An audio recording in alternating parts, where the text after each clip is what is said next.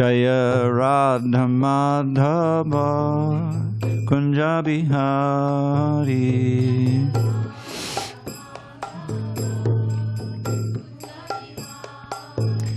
Jaya Radha Madhava Kunja Bihari.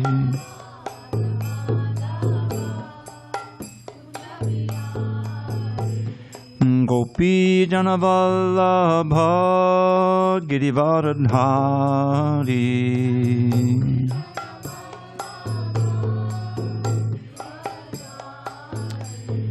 Gopi Janavallabha Girivaradhari.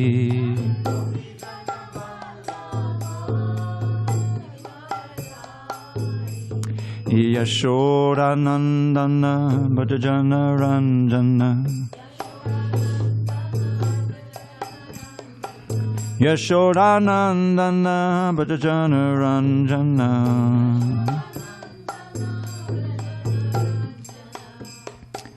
Yamuna Tiravanachari. Yamuna Tiravanachari.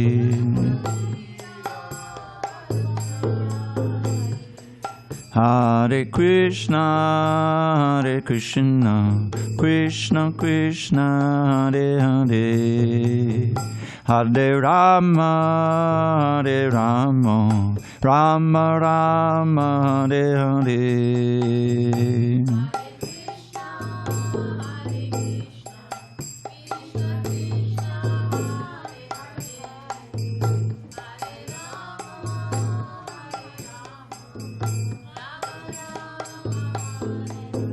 Hare Krishna, Hare Krishna, Krishna Krishna, Hare Hare, Hare Rama, Hare Rama, Rama Rama, Hare Hare.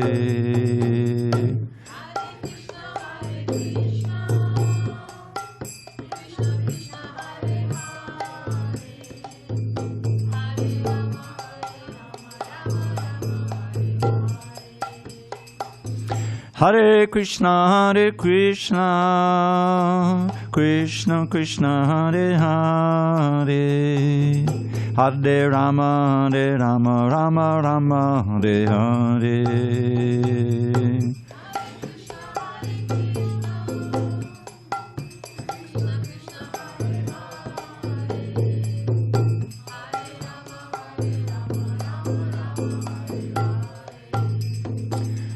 Jaya Radha Madhava Kunja Bihari.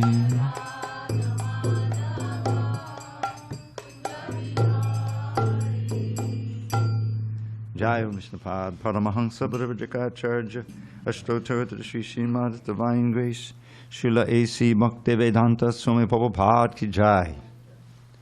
ISKCON BBT Founder Acharya Srila Prabhupada Ki Jai. Jai Om Vishnupad Paramahansa Parivajrakacharya Ashtottara Shri Srimad Divine Grace Srila Bhakti Siddhanta Saraswati Thakur Ki Jai. Ananta Koti Vaishnavinda Ki Jai. Namacharya Srila Haridas Thakur Ki Jai. Srimad Bhagavad Gita Ki Jai. Samaveda Bhaktivinoda Ki Jai. All glories to the assembled devotees. All glories to the assembled devotees. All glories to the assembled devotees. All glory to Shri Guru and Gauranga. Oh boy. Okay, let me just see if I can. Okay.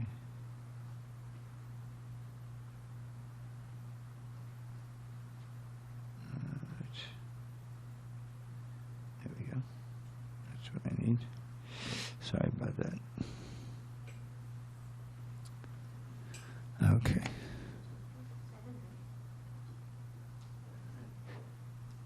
Chapter 15, text 5, page 596.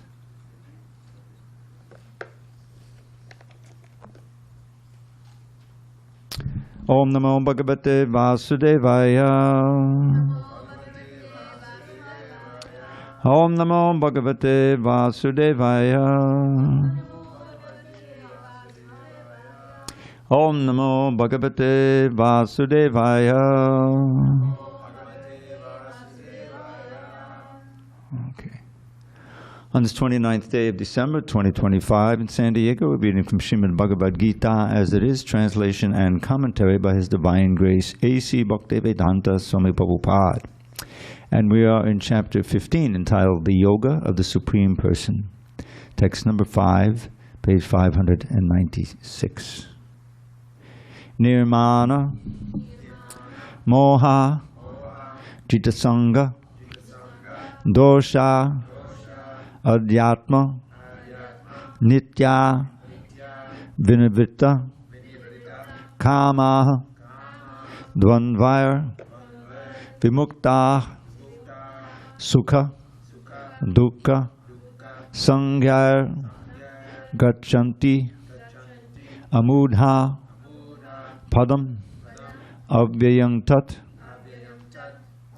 Nirmana Moha Jitasanga Dosha,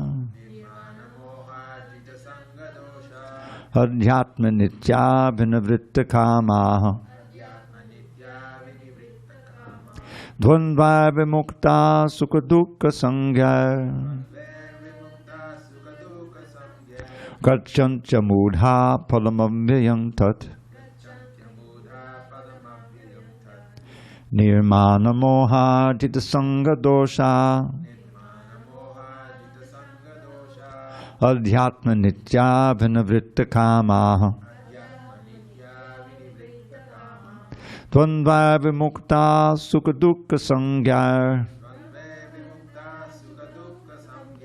Gachancha Mudha Padamavyayam Tat, Nirmana Moha Jitasanga Dosha,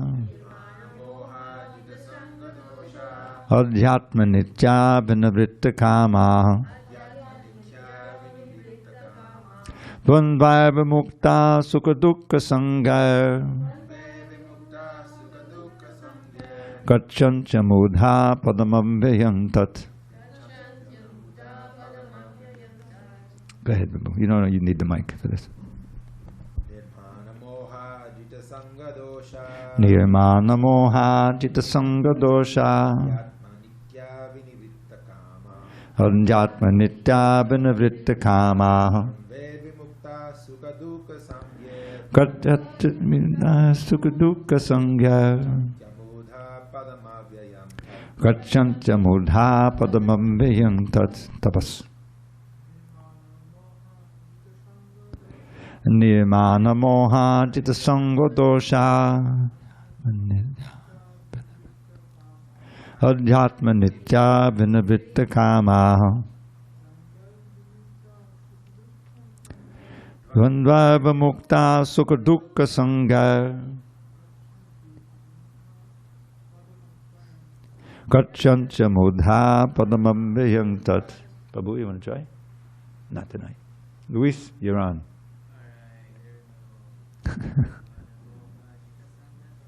Nirmana Moha Jitasanga Dosha,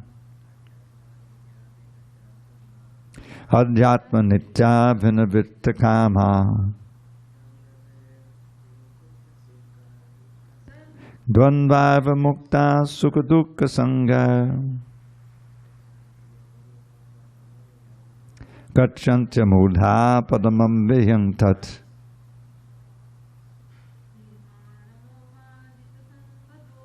Nirmana Moha Jitasanga Dosha,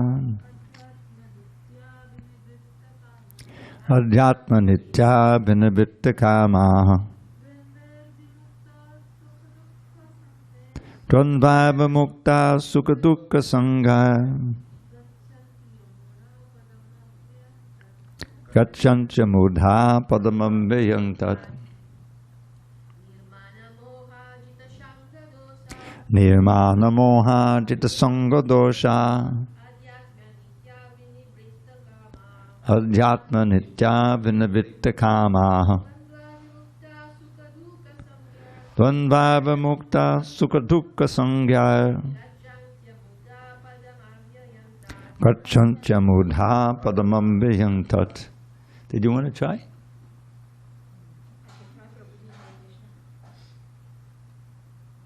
Nirmana.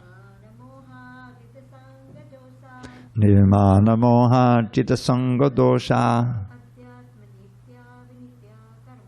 Adnyatma vidya vinavritta kama. Dvandvayar. Go ahead. Dvandvayar mukta sukha dukkha sangha.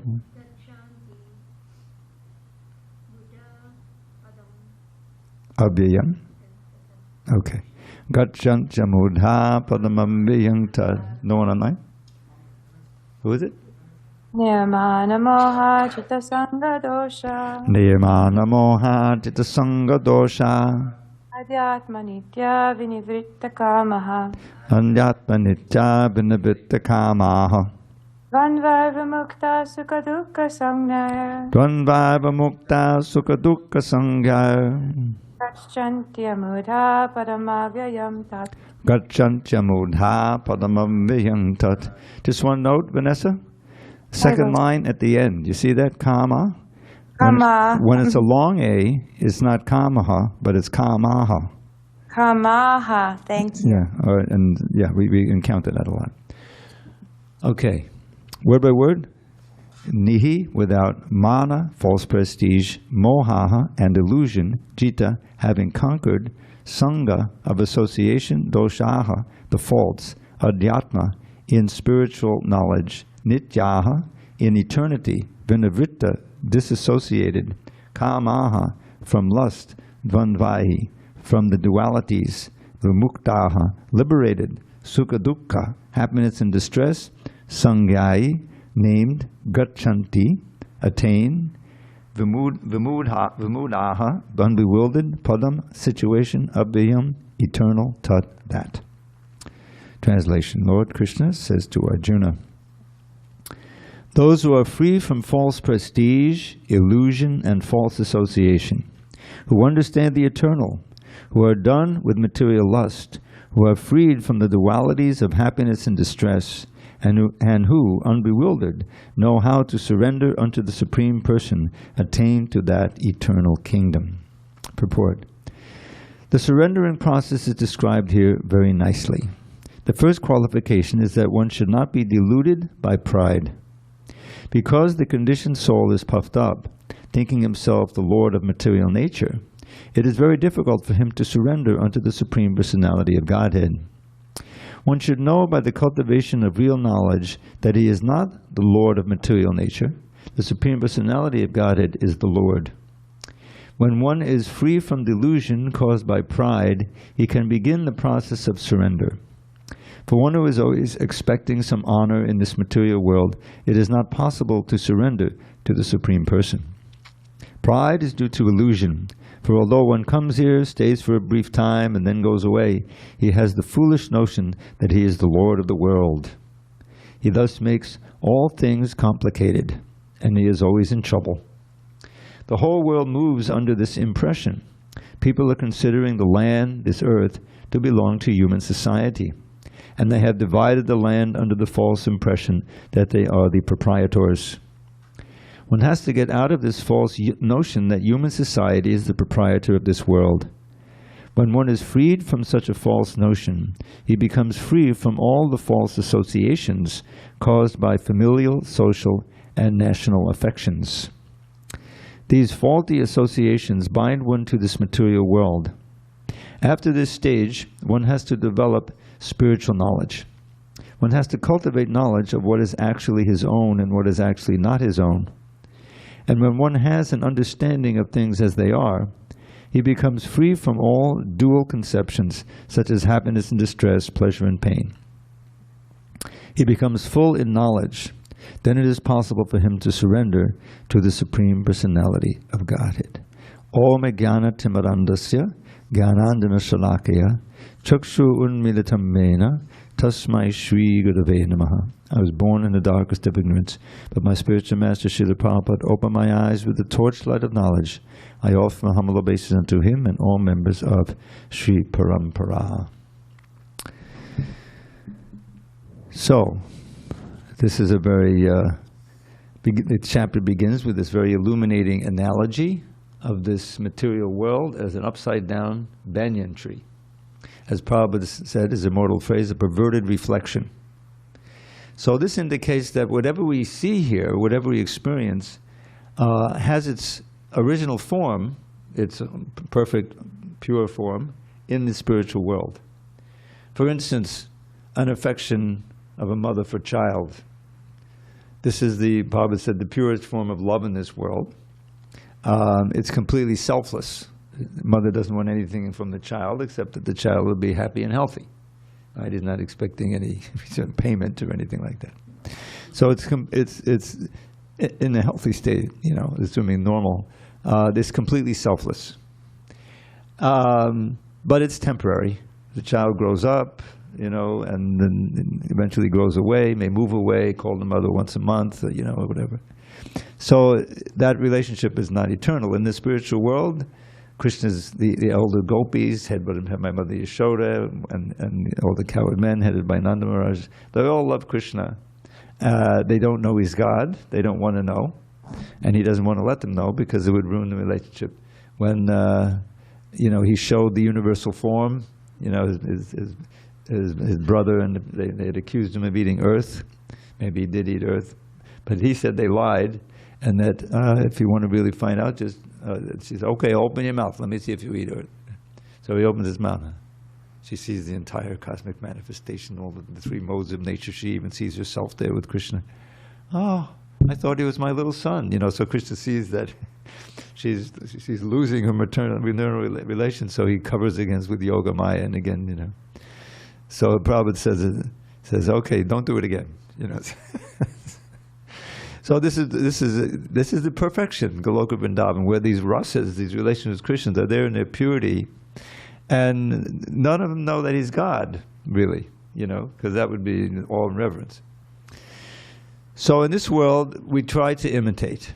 This is the whole thing. We get attracted by the dualities of this world. Bhayam dvitiya bhanabeja said ishara petasya. The second line in that verse, which describes how fear arises, because that's the basic principle of material conditioning, is that there's this underlying fear because you're identified with the body, and it's obvious that the body is very fragile and not permanent.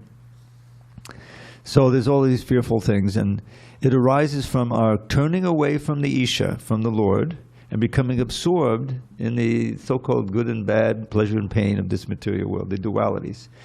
In the 7th chapter, Krishna mentions the same thing, the delusion of duality. Itcha dvesha. In this verse, Prabhupada used this verse near the end, I think it's 728, to describe how we came to the material world. In today's ISKCON, it's not much of an issue. But back in the day, in the early aughts, or the early part of there was a whole faction that had gone away from ISKCON, and they were taking shelter of another acharya. And this idea came up, we were never there. We were never in Goloka Vṛndāvana. Then what about all those, I counted it, in many of you are aware of something called the Veda base. So in the Veda base, you can look up the word illusion, and you'll find out it appears 1,000 times in the database, right? So I looked up the phrase back home, back to Godhead, and I found that it was there over 600 times in the database, in Prabhupada's books, lectures, letters, everything, So what are we to think?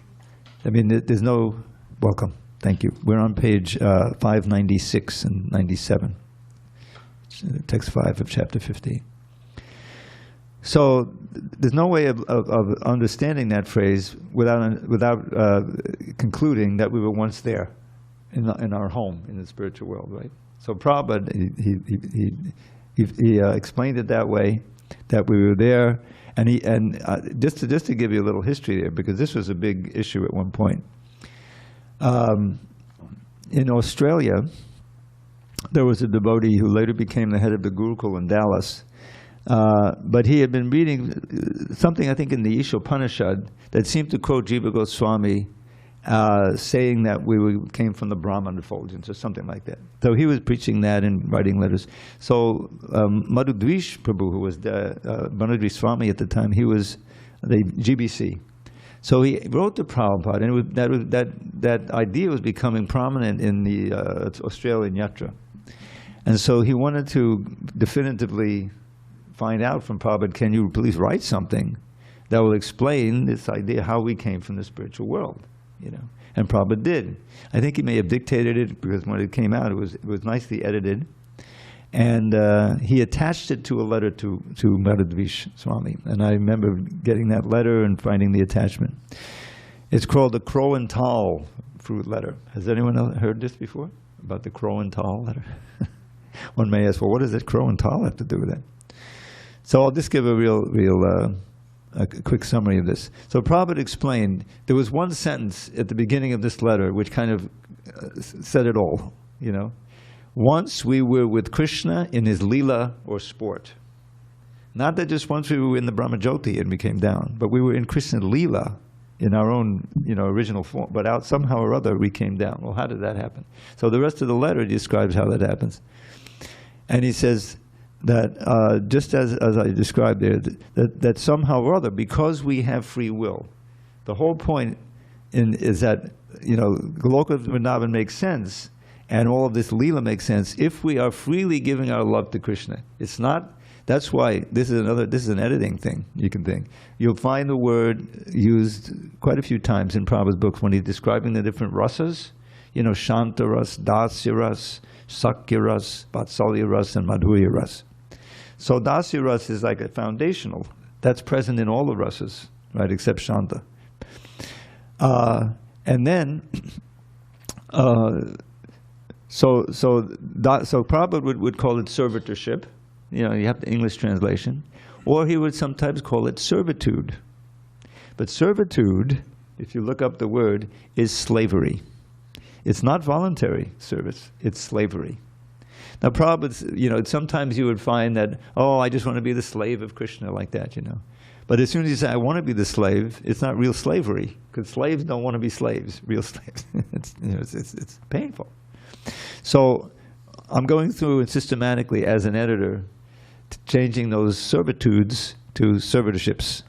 Because servitorship is the same thing, and that's very defined. The mood of being a servant, of being a servitor, servant's the same word. Anyway, that's just a sidelight. But it's important because it deals with the most essential thing that we're talking about, our relation with Krishna, how we want to reawaken it. And it's all saturated with love. You're a loving servant, you're a loving friend, you're a loving parent, or elder gopi, you know, they're also in that same mood. Or you're a loving lover, you know, or wife. So that's the 5 moods. So anyway, this letter went out, and it was you know, and eventually it became clear that Prabhupada taught that, and that was the conclusion. And what did Lord Chaitanya say? You know, you read the Shikshashtaka, and you'll find, I think it's verse 5, how's it go? Ainanda tanuja kinkaram patitam mam vishame bhavambadho kripayatava pada pankajas titadhuli sadushang vichintaya. We should try to get this Shikshashtaka down. So, Ai means, oh, Nanda Tanuja, and it turns out to be Tanuja, not Tanuja. That word can go either way, but in the meter of this verse, it's a long use. So anyway, Tanuja simply means born from the body. It's a word for son, okay? O son of Nanda, I Nanda Tanuja, Kinkaram, I am your eternal servant. Kinkara is this servant. But some are Patitam, but I have fallen into this world. What Chaitanya says, fallen. I've fallen. Where do you fall from? From Goloka. Of course, he didn't fall, but he's teaching us how to pray. All right, back to the verse at hand. So in the first part of this chapter, Krishna spoke about this Urdhvamula Madakshakam, this upside-down banyan tree. Now, those who have seen a banyan tree, it can be huge. It can be almost like a forest, right, when it really grows and it doesn't get cut down. So that means that this world is very complicated, and he describes what some of these trees are, right? The real form of this tree cannot be perceived in this world. No one can understand where it ends, where it begins, where its foundation is. One must cut it down. It's only with the weapon of detachment that one must seek the place from which, having gone, one never returns. That's the spiritual world. And there surrender to the Supreme Personality of Godhead, from whom everything had began. So how does one do that? So that's the verse we read today. Nirmana moha. So Prabhupada explains, the bewildered. One of the main problems of this world is false pride. We get proud of our body, even the animals. You know, the big dog. You know, this is my part of the street. Get out of here. You know, the pride is there. So in the human form, it can become, you know, I am the king, I am the president of the world, whatever. So that's it. So Krishna consciousness is just the opposite. Amanina manadena, essential verse 3 of the Shikshastika, right? More humble than a blade of grass, more tolerant than a tree. More humble than a blade of grass, more tolerant than to think all praise belongs to others, none belongs to me. That's the nirmana moha. Then jita sangha dosha. Now, having conquered all of the faults that have arisen by bad association. That's what jita sangha dosha. In the Sadhu Sangashtaka, this appears in the Bhagavatam. I gave it that name because it's 8 verses spoken by Lord Kapila Dev about the importance of sadhu sangha, right? That's what the movement is all about. That's why Prabhupada called it a society, association, society. So I won't go through the whole thing now, but this is spoken by Kapila to his mother, and he begins by explaining pasangam madadam pashamatmana kavayo vadu saesu sadashukato moksha dvaram aparbata. Very important verse. Prasanga. Now the prefix, it adds intensity. Just like we have compassionate, but then we have super compassionate. That's why I put it in the song. Super compassionate are these two golden lords. Nitai Gaurachandra, Padama Karuna, Bahudvija. Parama Karuna and super compassionate have the same meter. They mean the same thing. So similarly in Sanskrit, it's a very perfect language. There are these prefixes, and one of them is pra, which is intensifies whatever it is. So you have sangha, which means two things. Now this is something about Sanskrit I find so fascinating, that you have the same word meaning something and its cause. Like sangha. Sangha means association. Well, if you associate with something, you become attached to it. So therefore sangha can mean attachment also, right? Sangat sanjayate kama. By attachment, it becomes kama if you proceed, intensify it. So prasangam means strong attachment for what? For Maya in this beginning of the verse. Prasangam madadam pasham, which are strong ropes. This attachment we built up over lifetimes. Atmanak kavayo vadu. So the wise soul, the Kavi soul understands that same attachment that we have for the things of this world, Atma Kaviyo Saesha Sadhushukato, has to be directed toward the sadhus. That same attachment, you have to direct it toward the sadhus. And that opens up the door to liberation. Mundane attachment keeps us tied to birth and death infernal, but love for sadhus opens wide the doors to life eternal. I like to put it. You can memorize it, So anyway, then he goes, so the next question, well, who's a sadhu?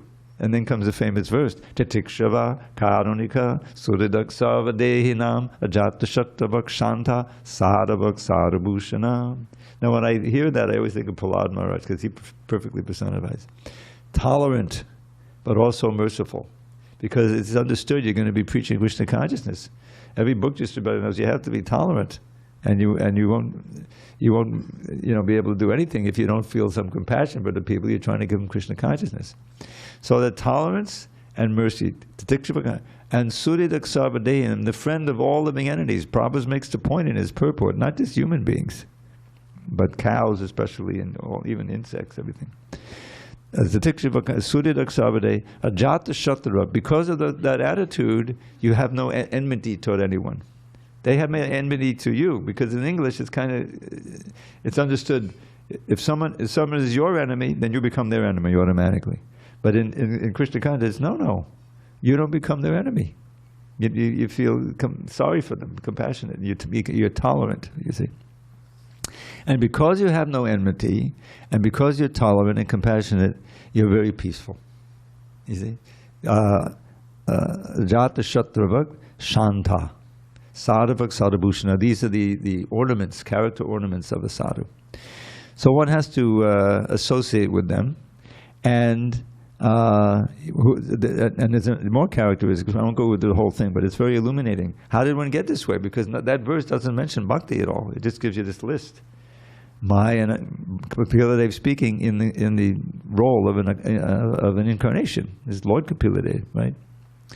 Maya anannena bhavena bhaktin kovanti hedvidham matkrute tyakta karmanas tyakta swajana bandhava. So he's describing the devotee who's, how he got to be a sadhu. And so one pointed undeviating devotion to me, to Krishna. That's the main characteristic of the sadhu, right? That's how he gets all these qualities. And with firm, undeviating devotion, my ananyana bhaktim kovanti dridham. We gave a perfect example with Prabhupada.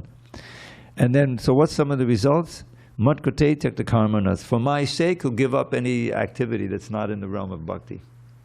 And even if his associations with his friends and relatives are impediments, he'll give that up also. And that's the need for a real, Krishna conscious household life, so that we can, they can also be there. So anyway, that's the way it goes. And then he goes on, and then later on, I may forget the Sanskrit of this, but then he says, "Oh mother," he's speaking to his mother, "please, you have to associate with such sadhus, and in this way you can negate the sangha dosha, the faults that you have gained by bad association."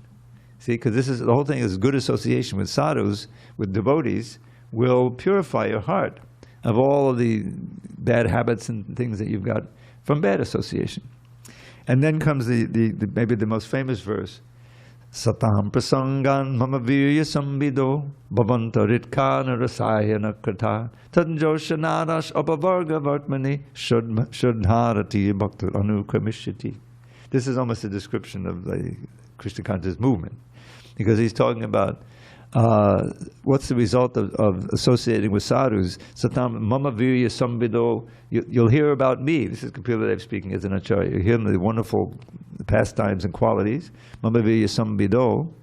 And what will it act? Bhavanti ritkana rasayana. And these vibrations will act as a life-giving elixir that pleases the heart, the ear and the heart of the devotees. Ritkana rasayana. Tad practicing this process, employing, coming regularly to the classes and kirtans and association.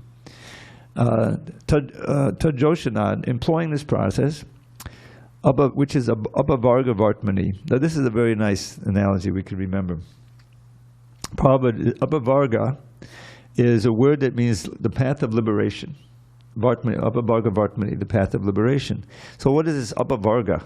So in Sanskrit, there are different categories of letters, of consonants or things. So there are different vargas, right? I don't know all of them, but the ka varga and the pa varga, right? You learn in Sanskrit. So it means the first letter is pa. So then you get pa, ba, and ma, right? There's 5. So each one of them stands for another element of the misery of material life. Pa is parishrama.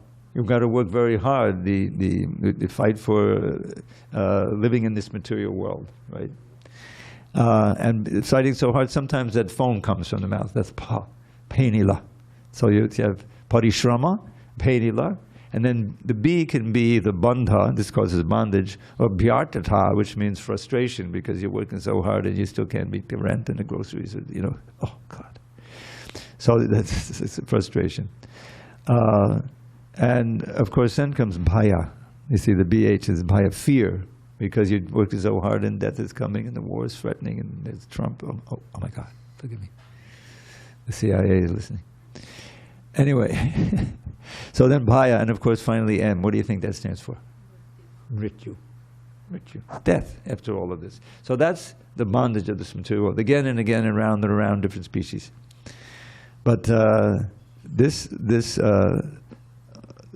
Sata Apavarga Vartmani, you're on this path of freedom from these things. Apavarga Vartmani is the Apavarga, all of these are negated.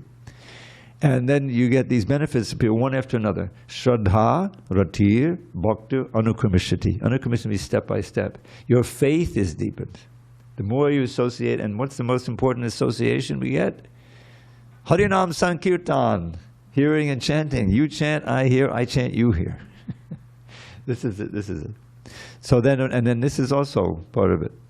So, Shraddha, Rati, attraction to Krishna, which matures more and more into affection and love, and Rati, and Bhakti, which means loving devotion, Anukramishati, step by step. So this is the essence of the whole thing. A good association. If you're alone, just associate with Krishna, the holy name, Hare Krishna, Krishna Krishna, the most important kind of association. We're chanting together, japa or chanting kirtan, like that. So that's how we can conquer over the faults that have come from bad association. Nirmana moha,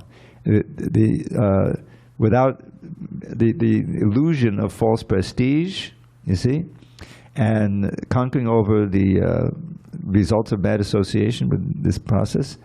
Adhyatma nitya, always being, understands the eternal, adhyatma nitya, vinavritta kama, giving up all of these unwanted desires, conquering over them by devotional service, and being free of the dualities. Now these dualities, this is called the duality of delusion. Or, excuse me, it's called the delusion of duality. That comes up also in chapter 7. Prabhupada quote this verse, Icha dvesha samutena dvandva mohena bharata. This is the verse that Prabhupada explained, and this is the fall from the spiritual world. We're in the spiritual world, and we have desires. Those desires are all for serving Krishna and for his enjoyment. But somehow or other, if because of our free will, we turn away from Krishna and we become enamored of this material world, which is full of duality, that's called entering into the stage of the delusion of duality. Good and bad, pleasure and pain, heat and cold, all of these things. This is what the material world is made of. So, Krishna says in that 7th chapter at the end, near the end, Icha dvesha samutena dvandva mohena bharata. So, we're in the spiritual world and we have certain desires, and they're all supposed to be desires for serving Krishna. You see? We're taking pleasure in Krishna's pleasure. Remember this phrase, Bhajaniya Padamapurusha Sukhamatra Swasukhatvam. Bhajaniya, the worshipable Supreme Lord, Padamapurusha. Sukhamatra, only his happiness. Swasukhatvam is our happiness. Taking our pleasure only in giving Krishna pleasure. That's the definition of pure devotion. And because Krishna's ability to enjoy is unlimited, right? Anandamayo Vyasat. This is in the Vedanta Sutra. He's always full of bliss. He's killing conchs, he's doing whatever he's doing, especially in the spiritual world. It's always full of bliss. So if we can hook into that, so we're part of that bliss, then our ability to enjoy also becomes unlimited. You see? We're enjoying Krishna's pleasure. He's enjoying like anything. So it's just I love the name of your friend you came with. Kautukarnava, the ocean of fun. This is the name for Krishna, Kautukarnava. And so Kautukarnava Das is here. He gave class recently. Nice book distributor. He's visiting. I can't believe it. It's a beautiful name. So Krishna's an ocean of fun. He never is depressed up there. Oh my God, what am I going to do? It's fucking miserable. No, he's always joyful as you're planning the next pastime. And if we're also part of that scene, we're also part of the process of giving Krishna pleasure, then we can also enjoy forever. That's right in the Gita. Here's my favorite verse. Every class, I might as well just begin every class with it. How does it go? Oh God. Yehi sangsparjaja bhoga dukayona evate adyantabanta konteya nateshu ramate buddha. I think I have to put that into an English poem. 5:22. It's a very important verse. He says, Intelligent persons do not take part in the pleasures that are due to the contact of the senses with the sense objects. In other words, sense gratification. O son of Kunti, such pleasures are the sources of all misery, and they have a beginning and end, and a beginning and an end, and so the wise do not delight in them. Now, when we're enjoying sense gratification, we're not thinking, "Oh my God, this is going to bring me misery." That will ruin the whole thing, right? So that's why we forget. That's called Maya, forgetting. But then finally, oh, I knew I shouldn't have had that third piece of cake. Yeah, that was because you wanted to enjoy too much, you know. And now you're suffering. So, and how does it really bring suffering, the source of all misery? Because it brings you back to another birth. It's material. You die, and you're full of all those unfulfilled desires, plus your karma, and then you take birth, maybe as a human being, maybe not, but you still have all those unfulfilled desires. You're back. You're you're suffering like anything. So how do they enjoy? Previous verse, 521. Bhaya sparsheshu asaknatma, not attracted to enjoying the touch of the senses with the senses. Bhaya means external. Sparsheshu, touching. Bhaya sparsheshu asaktatma. Vindityatmadiyat sukham, always enjoying the pleasure within. This is the reservoir of pleasure. But Krishna is within our very heart. We're never far from him. If we chant, if we meditate, if we serve, if we glorify, we're in touch with Krishna, and the clouds of distress just evaporate, and we can feel bliss. And the more that we're pure, the more bliss we'll feel, you know. So, Atma, Sab Brahma Yoga Yuktatma, a wonderful phrase. Brahma here means the Supreme Brahman, Krishna. So Brahma Yoga, linked to the Supreme Brahman. The soul, Atma, and then here's the money quote. Okay, this is the Sukham Akshayam Ashnute, and thus enjoying unbreakable happiness. Where do you find that on the material plane? You don't. The advertisers promise it to you, right? You just buy this product, you'll be blissful for it. You know, they present the ad. Oh yeah, sure, why not? You know, give your hard-earned money, and it always disappoints. You know. So let's go on with the verse. Nirmana mohajita sangha dosha adhyatma nitya vinavritta kama. Understand the eternal. You know, to keep your eye on the prize. Understand I'm eternal. I shouldn't try to take pleasure in temporary things. Vinavritta kama means kicking out, disassociated from all this lust. You see? Dvandvaiva mukta. Here's again, free from the dualities, the delusion of duality. Dvandvaiva mukta, which are sukha dukkha, called happiness and distress, material happiness and distress.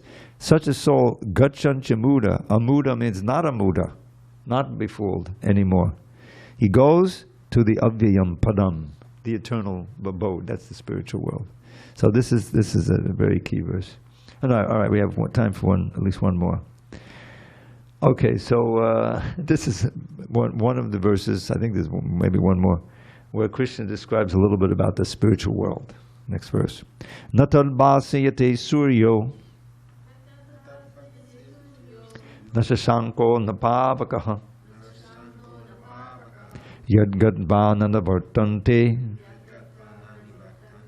taddama padamang mama. That supreme abode of mine is not illumined by the sun or moon, nor by fire or electricity. Those who reach it never return to this material world. Purport. The spiritual world, the abode of the Supreme Personality of Godhead, Krishna, which is known as Kṛṣṇaloka, Goloka Vṛndāvana, is described here. In the spiritual sky, there is no need of sunshine, moonshine, fire, or electricity, because all the planets are self-luminous. We have only one planet in this universe, the sun, which is self-luminous, but all the planets in the spiritual sky are self-luminous. The shining effulgence of all those planets, called Vaikunthas, constitutes the shining sky known as the Brahma Jyoti. Actually, the effulgence is emanating from the planet of Krishna, Goloka Vṛndāvana. Part of that shining effulgence is covered by the Mahat Tattva, the material world. Other than this, the major portion of that shining sky is full of spiritual planets, which are called Vaikunthas, chief of which is Goloka Vṛndāvana. As long as a living entity is in this dark material world, he is in conditional life.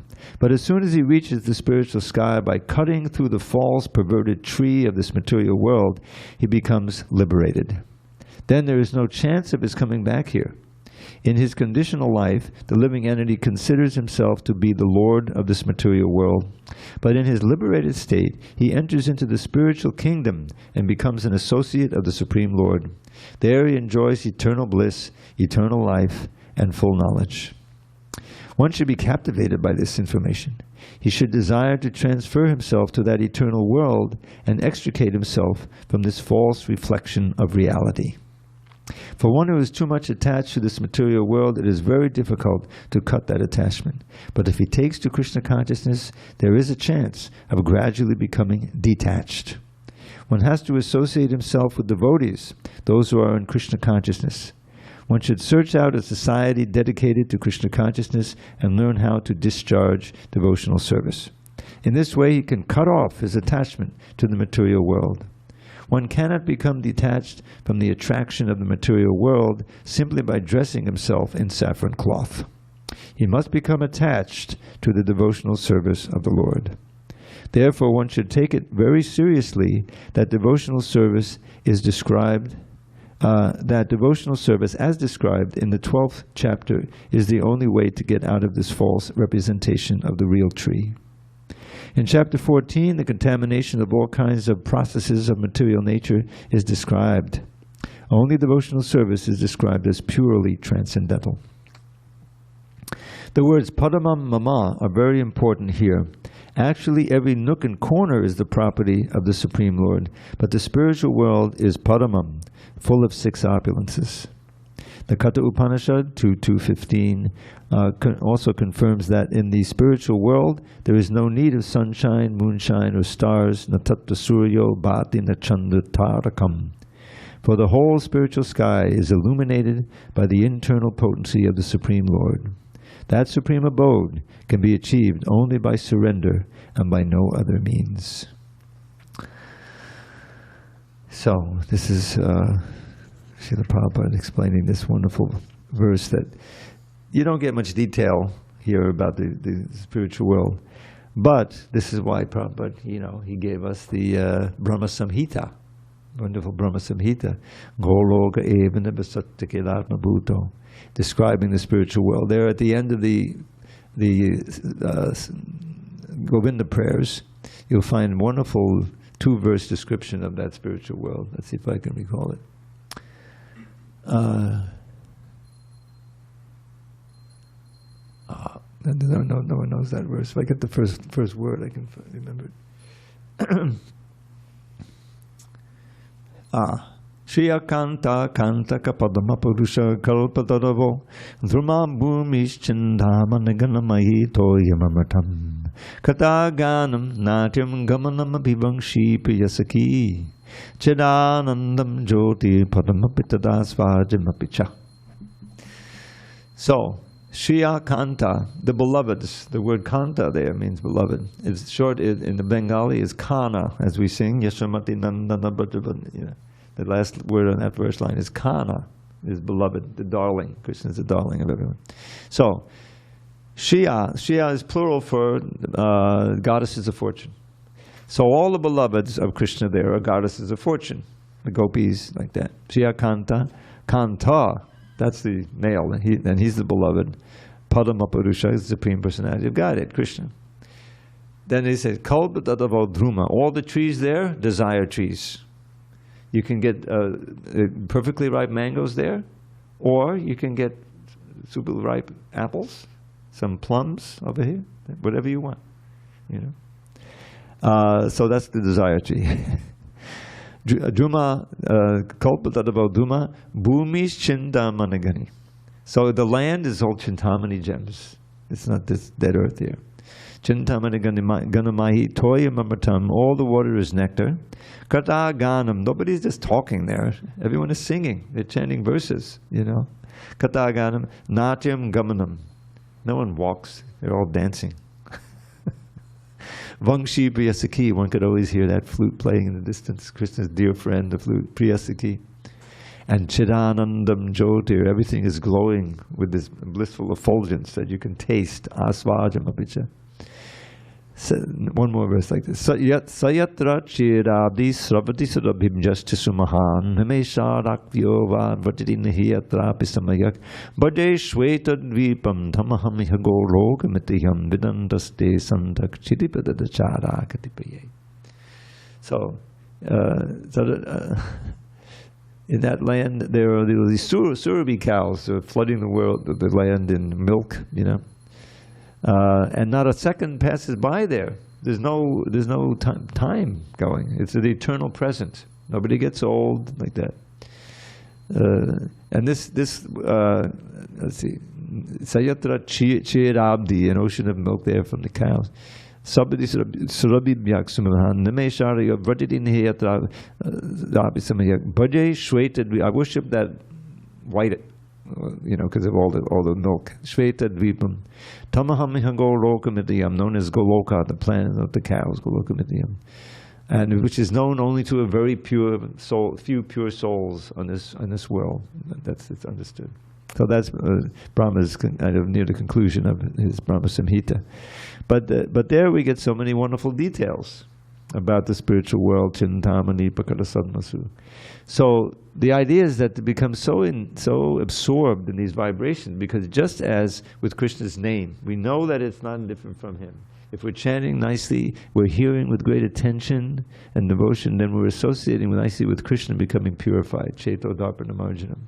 So similarly, all of these verses can give us the direct experience of what the verse describes. Chintamani Bhagata Sadmasa Kalpa Vriksha. So we should learn those. I have a recording of the Brahma Samhita, which has the Sanskrit and the English. You don't have to know the English, but you get the. And also on the other side of that 90-minute audio tape, some of you are too young to know do you know what a tape is? An audio tape? You remember that? Anyway, it was recorded, and there's the Krishna Karnamrita. So these are all central to the Gaudiya Vaishnava tradition, the Brahma Samhita, the Krishna Karnamrita, of course Srimad Bhagavatam. And they can, if we learn, you know, to chant them, or at least, you know, learn the English, that will keep us safe from the attraction of this material world. We'll see how, you know, the only good thing in this material world that we can use things in this material world for Krishna. It's like, what's the use of these ears unless they're being used to hear about Krishna, you know? So that's what Rishikesh means. Krishna is actually the Lord of our senses. So when we use our senses to serve the master of the senses, that's called bhakti. Anasakta sabhishayan. No. Sarvapadi vinimuktam tatpadayana nimanam rishikena rishikesha sevanam bhakti ruchate. This is another definition of bhakti. Okay, so if there's no questions or comments, poetry time. Anyone have any requests? Special request? Which one? People who are already like with the sadhusanga and books and everything, we can be away from the material world. Yes, we can. People who are already stuck in it. Yes, then we have to show mercy and give them books. That's the idea. Then we become dear to Krishna. Okay, so here's a verse you probably haven't heard, at least for a while. Uradi Kritamuladi Drutabangam Navajala Datikidinola Sadangam Yuvati Vidaya Dutamanatadangam Panamatiham and Tatikatadangam. Notice how it rhymes all right. Rupa Goswami. His flute emanates entrancing sounds for the cowherd girls whose love abounds, for the clever cloud-complexioned lord who's dancing upon the Kalindi shore. Udisipudispudadindinamindindinamundida sujolisitam hadamanganada mangala mangala satchandanam vande. That's why I like to call it Rupa rap. So, upon his chest is manifest the mark of goddess Shri, and there to rest the best of wreaths, a temple for the bees, who worship him by singing hymns. Now here's a word that you don't know. L-I-M-N.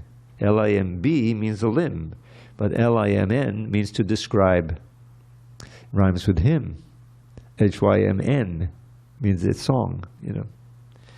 those bees who worship him by singing hymns that limn his loving play, while Sri Hari most gleefully acclaims the way they pray. For Braja's love-mad milkmaids, and for all the Brahmins' wives, Shri Krishna is the ultimate good fortune in their lives. His sandal paste anointed limbs bedim the full moon's glow. Unto the lotus feet of Shri Hari I bow down low. Okay, we have time for just one more, and this is Bhajanarayan Swami's favorite of my poems. It's based on a verse that Haridas Thakur chanted with Raghunath Das. He wasn't Goswami yet. He was just 15 years old. His father, they were discussing the holy name, and Haridas Thakur was there. You know, it was great. So he was explaining the glories of chanting just one holy name, how it can bring liberation. So he chanted this verse. It's another. Anghak sanghadadakadang sakadadihare basikadadokasya Ntadanede batamilna jaladin jayajitagan mangalang hare nama. And he's describing, comparing the holy name to the rising of the sun. Now, there's a word in here called timorous. Timorous means easily frightened, okay? When the moon is invisible, so he explained it, so I took the explanation in the CC, Anjalila, and the verse itself, and I made this little poem. When the moon is invisible, you have to go back 500 years, no electricity, no candles, no nothing. When the sun goes down and there's no moon, it becomes very dark. Right? When the moon is invisible, withered to nil, and the sun is long gone from the sky, then an ocean of darkness envelops this world, and the timorous fear they might die. But that thick pall of gloom is at once swept away when the first signs of sunrise appear, and the dawning of day gives assurance to all that in truth there is nothing to fear. In a similar way, when illusion holds sway and the soul has forgotten his Lord, then the darkness of ignorance covers his heart. Sin and suffering are his reward. But as soon as he says Krishna's name even once, in a manner that doesn't offend, then his ignorance flees like the darkness at dawn, and his sin and his suffering end. So there's nothing to fear, for the sun of the name has appeared with his powers divine. In your heart may that sun, benedictive for all, become fixed and eternally shine. Gaur Premanandi Hari Hari Bol. All glory to Srila